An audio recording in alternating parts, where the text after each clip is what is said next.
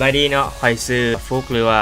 ลีโก้มันเป็นวิดีโอที่ข่อยตั้งใจเฮ็ดมาช่วงตลอด1 ปีของข่อยนะแต่วิดีโอนั้นมันยังบ่ครบช่วงระยะปีหนึ่งที่เราได้ไปนะเพราะว่าฮาร์ดดิสก์มันมีปัญหาก่อนจะเฮ็ดวิดีโอประมาณแค่3 อาทิตย์โคตรเหลือใจเลยก่อนฮอดมือเฮ็ดแค่3 อาทิตย์ซึ่งส่วนตัวก็ยอมรับว่าบ่ได้แบ็กอัพข้อมูลไว้นะซึ่งมันโคตรเฟลแล้วก็มันคือบทเรียนให้กับตนเองแต่ก็ยังได้กับพยายามเห็นวิดีโอออกมาให้ได้เบิ่งและตอนนี้ส่วนตัวก็ได้มีผลงานทางช่อง YouTube และ Facebook ในตอนนี้มีแต่2ช่องทางเท่านั้นขอบใจ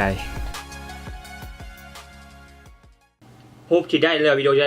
หรือว่าวิดีโอรูปที่ได้หรือว่าวิดีโอ คัดที่เมืองพัน